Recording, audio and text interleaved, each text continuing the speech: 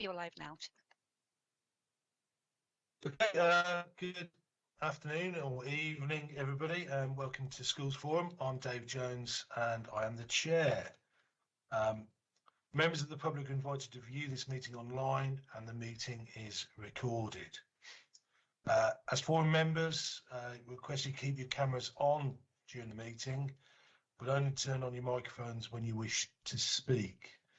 If you have any questions or comments to make on the report, please use the chat function and simply state RTS request to speak. Officers, please keep your cameras off until you're called to speak. Okay, I'm just going to ask everyone taking part today to confirm that they are present. Jackie Collins. Yeah, I'm here. I'm here. Haven't seen Simon Graham.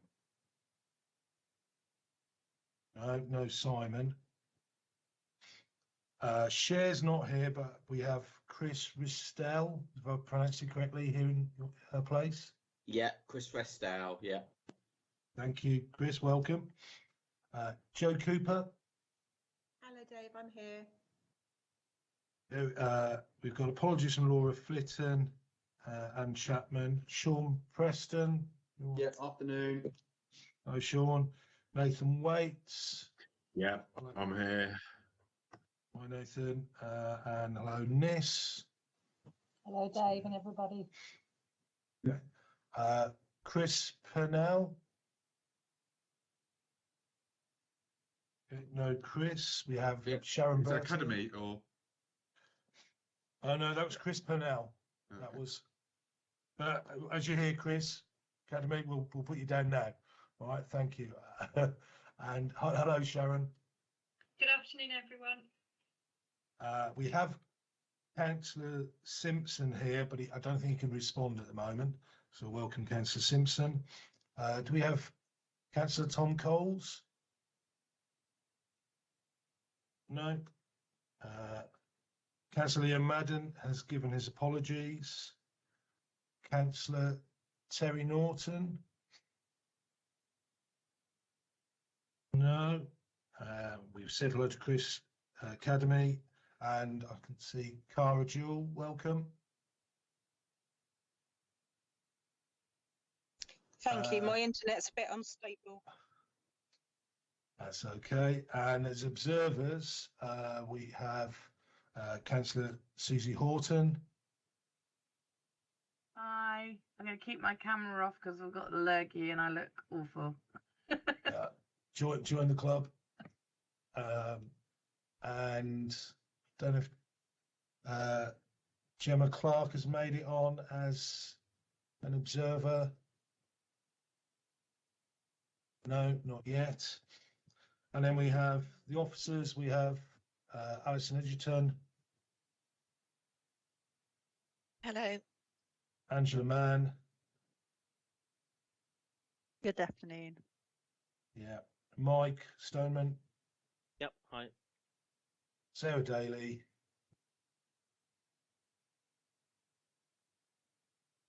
No Sarah at the moment. And Jane running everything.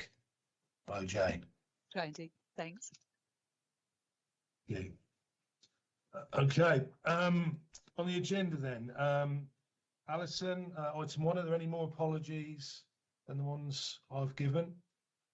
The only apologies I've got are the ones that you've given. Thank you very much. Item 2, declarations of interest. Is there anyone who needs to update a change, or Alison, are there any that need to be completed? I've got 3 outstanding, Councillor Tom Coles, Councillor Leah Madden and Anne Chapman. Okay, thank you. But nobody else needs to give any updates? No? Thank you. Membership. Again, Alison, could you give us an update, please? Okay, so I've had a resignation from Jason Crouch, who is our or was our secondary maintained school governor representative. He's had to resign due to other work commitments. I'd like to formally thank Jason for his support on the forum over his tenure, which I believe has been a number of years, and wish him well for the future. I have written to Maintained Secondary Schools asking for a replacement governor, so I'm waiting to hear back from them at the moment. We've also had Chris Pennell, that is a member of has been a member of the forum for the last couple of years, but hasn't been able to attend. I have received a resignation now from his post, and he was an academy secondary representative. Memberships that are due to come to an end shortly. Both Joe Cooper and Sean Preston's membership tenures are due to end on the 17th of December. I've been in contact with Sean and Joe, and they've kindly agreed to stand again. I've also contacted all primary academy trusts and asked if they're happy for Joe and Sean to stand, and they've come back with a unanimous. So thank you very much. Their tenures have been extended for another 2 years. And then down to vacancies, I've got 5 vacancies at the moment. 1 maintained secondary academy governor, secondary governor, 1 academy primary representative, and 3 academy secondary representatives. And I am actively pursuing trying to get replacements for those vacancies. Well, Dave, I think you might be on mute. Press the button, it didn't work. Yeah, thank you, Alison, and thank you, Sean and Joe, for stepping up for another 2 years. Much appreciated. Okay, moving on to item 4, the minutes of the previous meeting. So we need to ensure that this is a correct record of the meeting held on the 5th of October. Are members happy that this is a correct record? Okay, no responses. So it's approved as correct. So the minutes of the previous meeting have therefore been approved. Item 5 then is matters arising. Alison? There was one matter arising which relates to the relational practice paper that was brought, I think, in July. Mike was going to take the proposal that it be extended to early years provision to the next relational practice steering group meeting. In October, that had been postponed, so I just wanted to Mike if he's able to give an update on whether it's taken to the follow-up meeting. Yeah, to be honest, not really. I mean, there was a follow-up meeting of the steering group, but it was because it was the first time it's met for a while. It covered other agenda items. We have discussed it with officers and also with the early years team. We're not including early years in the next wave because that is geared for schools, but we are considering how the programme and our other work around restorative practice can relate to early years. So we've taken it on board. We're in discussion with the early years team about how we do that, but at the moment it's not in the main programme in terms of the waves that we're looking to take through for schools in the city. Okay, thank you, Mike. Anybody got any further questions on that for Mike? No? Great. Okay, we'll carry on. Okay, item 6, the dedicated schools grant monitoring. So again, I believe it's over to Alison. Hello. Sorry. Okay. Sorry, Mike. Everything collapsed all at the same time. Okay. So this is a regular report providing an update on the position of the dedicated schools grant as at the end of Q2 for the 22-23 financial year. Whilst the budget revisions were brought to Schools Forum in October and were approved after the end of the quarter, the tables in the report reflect the budget revisions just for completeness. The forecast position as at the end of September 22 is an underspend of 752,000, the reasons for which are set out in the report. Table 3 of the report sets out the forecast position regarding the dedicated schools grant balance and agreed commitments and the proposed use of any uncommitted balances, which includes confirmation that the funding for the Relational Practice Board can be provided through the High Needs block and funded from the DSG balances. Finally, it's recommended that Schools Forum note the forecast year-end budget position for the dedicated schools grant as at the end of 30th September 2022, together with any associated explanations contained within the report. And I'm happy to take any questions.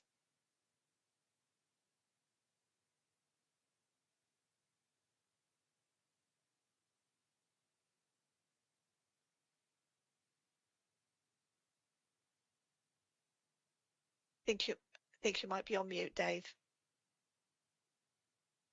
Because I've got a cold, I don't want to. Sean, what a question. Thank you. Yeah, I'm not sure if this is now the right time to raise it, but I just wanted to just question with the recent announcement from the DfE about the extra 400 million going to high needs, whether that was something that officers had an indication as what that might be utilised for over and above what should be going to special schools to fund salary increases, and whether that's something to consider at the next meeting maybe. But if it's not the right time to do that, happy to postpone the question to a more appropriate agenda item. I was just going to say that we are expecting the allocations to come out in the next couple of weeks from the DfE with regards to the 23-24 funding, and we will be going through the guidance that they give us as part of that. I think Angela has an update as part of her paper that she'll be presenting next. Okay, thank you, Alison. Thank you, Sean. Any more questions, points? No. Okay then. So we'll be voting on this item. So it's recommended that Schools Forum notes the forecast year in budget position for the dedicated schools grant as of 30th of September 22. Do I have a proposer for approval of the recommendation?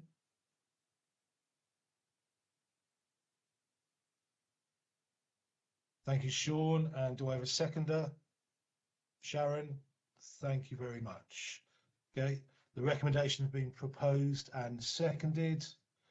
I will now take the vote by affirmation of the meeting as permitted within the regulations. If there is no dissent, the proposal is passed. Are there any objectors to this recommendation? Okay, thank you. The recommendation has been passed. Okay, so item 7, schools funding arrangements for 23-24. This is Angela. Hi, can you hear me okay? I'm really sorry, but Yeah. I've got delays. Okay, that's brilliant. Thank you. So this report provides an update on the latest developments in the school's revenue funding arrangements for the following financial year. In summer 22, the DfE issued several documents setting out their policy and the operational guidance, along with the indicative funding tables for local authorities. As Sean mentioned, announcements have been made recently for funding. So 2 billion was mentioned in the autumn statement, and we are awaiting the details, but we do believe that it's going to be distributed as a separate grant. So we're waiting really, and like you say, part of the 2 billion this morning, 400 million of that is for high needs now, we think. So the DfE continues to consult on the changes required to implement the national funding formula, and our responses include in Appendix 2. For the 23-24 indicative funding, it's set out in Table 1, which includes all the blocks for the dedicated schools grant. And without the extra funding, that's just under £5 million. For the schools block, this is detailed in Section 5 and Appendix 1, and it sets out the proposed changes for mainstream schools and how it compares to the 22-23 values. And apologies, page 2 of the appendix has a typo on the dates. So the middle column should say 23-24. In terms of the guidance, we have it includes the Amalgamation School Supplementary Grant for 22-23 into the mainstream formula for 23-24. It also includes changes to the mandatory formula factors, including the addition of sparsity, the sparsity formula, and it also includes tightening and flexibilities for local authorities. The report sets out the proposals for managing affordability. So if the funding is more or less than the formula distributes, we would look at the area cost adjustment and or the minimum funding guarantee percentage that we're allowed to change. For high needs, we've set that out in section 8, and this includes an increase in the minimum funding guarantee for special school plus 3% on the combined 21-22 baseline. The central schools block changes are set out in section 9. Now, for early years, there was a consultation in the summer setting out the amounts that local authorities might get. But as in previous years, we're still waiting for the final announcement.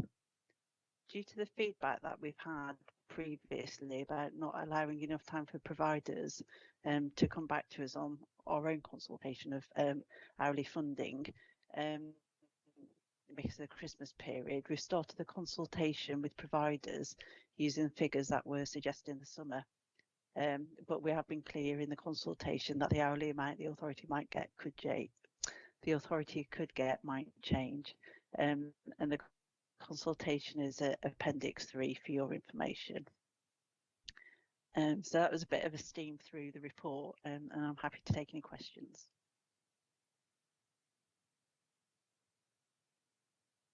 Okay, Sharon, you've got a question.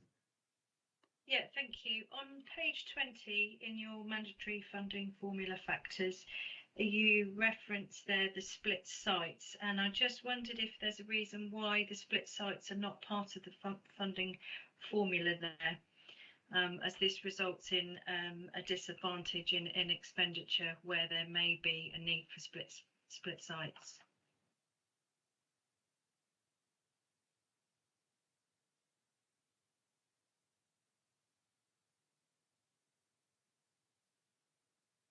Sorry, I'm struggling with my mic as well. Is that in relation to the? I just need to scroll and find it. I think that relates to the mainstream funding. Yeah, page 20. It?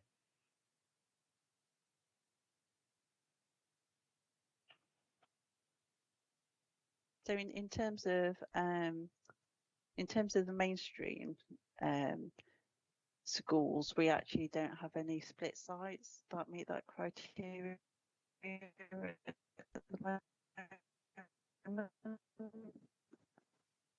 So it's based on considerations in terms of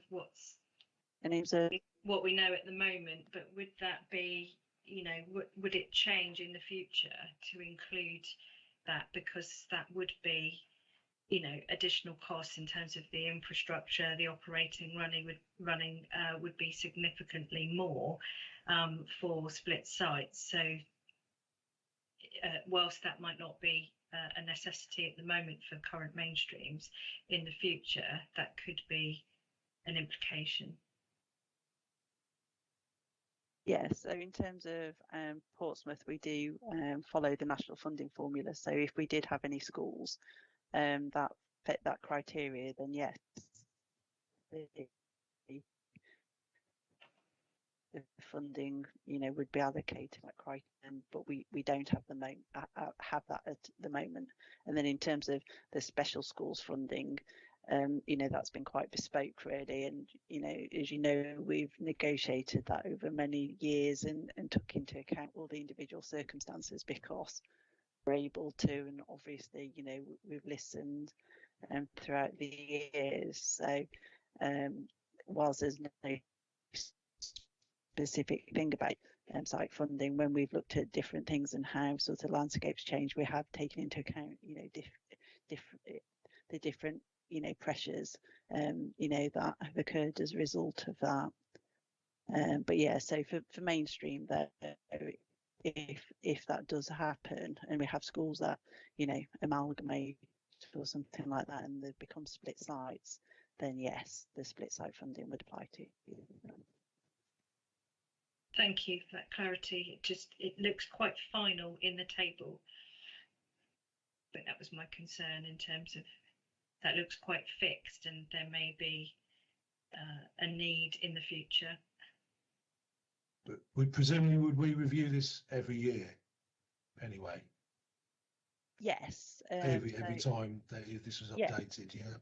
yes, it is. And like I say, you know, we're following the national funding formula now for mainstream for both primary and secondary phases. So, and you know, the consultation that happened during the summer was looking at sort of the distances and whether or not, you know, what percentage increase there should be on split funding sites. And you know, we did get feedback and we put that into the consultation, even though we didn't actually have any schools that met that criteria at that time. Thank you. Thank you.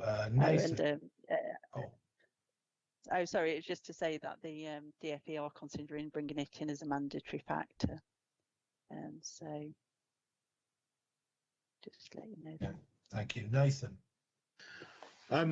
Just a quick question in relation to clarity, but so page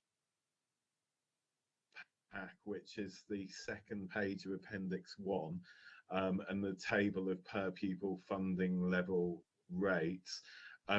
I wonder if the middle column should be 23, 24.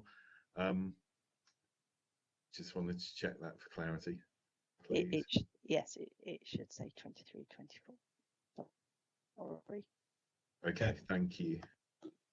Thank you.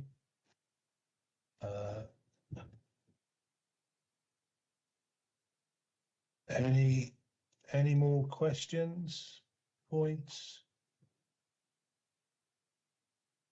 No. Okay, then we'll move on to the vote. So this is for everybody. It's recommended the schools forum note the DFE's proposed change to school revenue funding arrangements for 23-24 and endorse the proposal for implementing the local funding formula arrangements as set out in this report. Can I have a proposer, please? Thank you, Ness. And Sean, can we have that as a second? Or Nathan seconded. Thank you very much. So the recommendation has been proposed and seconded. I'll now take the vote by affirmation of the meeting as permitted within the regulations. There is no dissent. The proposal is passed. Are there any objectors to this recommendation?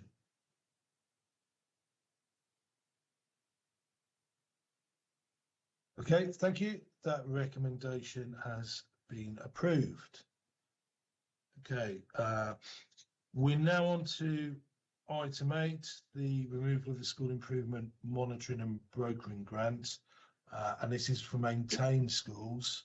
And I believe, Mike, you're going to present on this? Yep, I'll run through that. Thank you.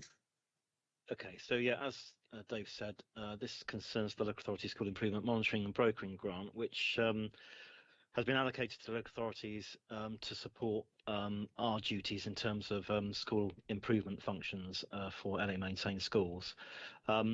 It's helped in part because in the last grant we got in total was for £80,000, and that covered some of the costs. I say some, relating to our very small school improvement team, which consists of 2 posts: head of school improvement and early years.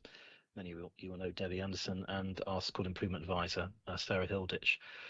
Also helps towards the costs associated with the monitoring, moderation and assessment for primary schools at Key Stage 1 and Key Stage 2, including the Year 1 phonics screening checks, which there's no charge to LA maintained schools. We do have a traded service for academies.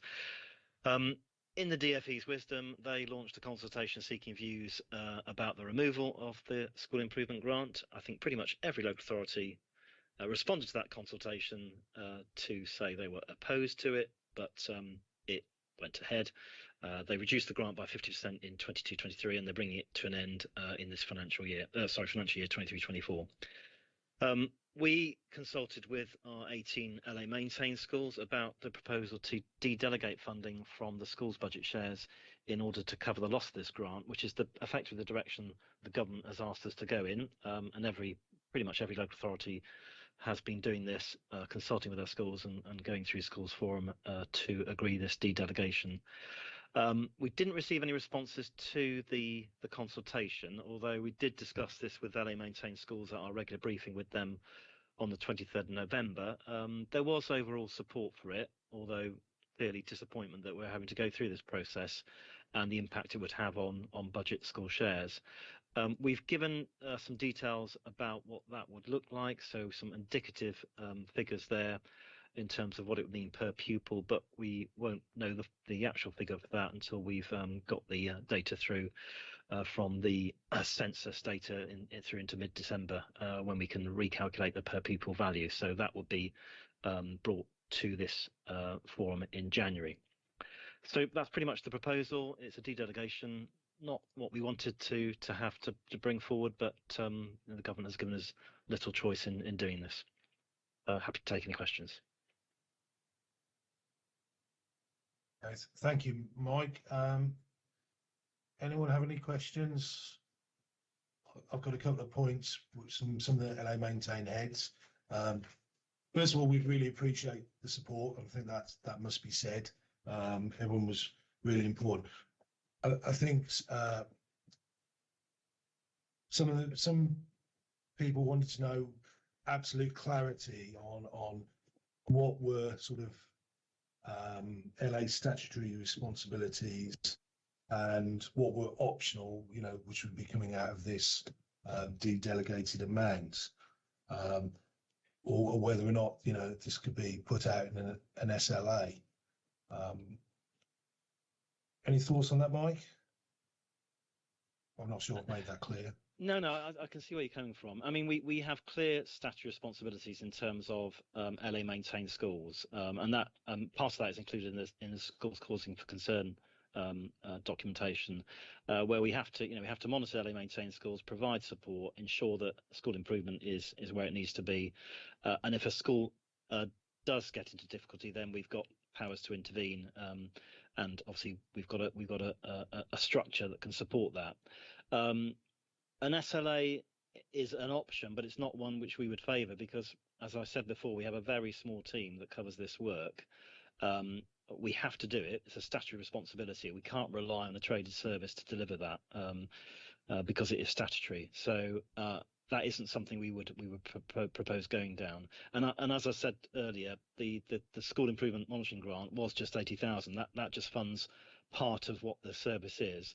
And of course, that service provides far more than just that. So, yeah, it wouldn't be an option I could recommend. Thank you, Mike. Any more questions? There are not many of us here. Maintain Schools? No. Okay. Thank you. Right. So this we have to, and Alison will correct me if I'm wrong. We're gonna, as Simon isn't here, we are going to have to vote on just the primary elements of that. Am I correct, Alison? Yes, you are correct. We can't vote on the secondary element. We'll have to wait until January to vote on the secondary element. Okay, so if I'm correct, the three people involved in this are myself, Jackie, and Chris Restell. Yeah? Yes, So that's we're right. the three people who can vote. Okay, so of the three of us, do I have a proposer?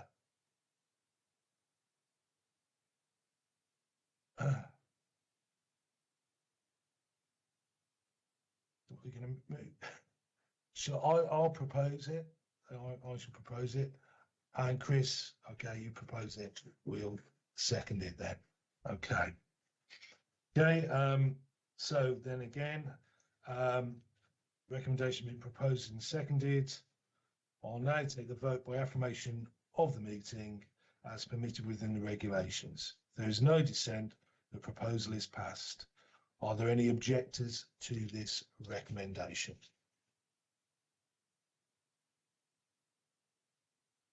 Okay. Okay. Thank you. The recommendation has been approved.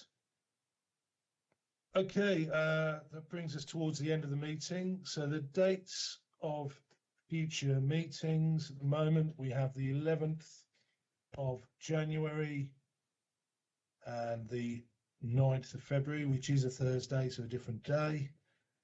Okay, so that's just for information. And thank you. That is the end of the meeting. Thank you for everybody who's attended today.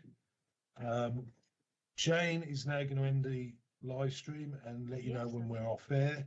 Do that now, Chip. Thank you. So it might take a minute or so, so please don't start any conversations, otherwise they'll be broadcast.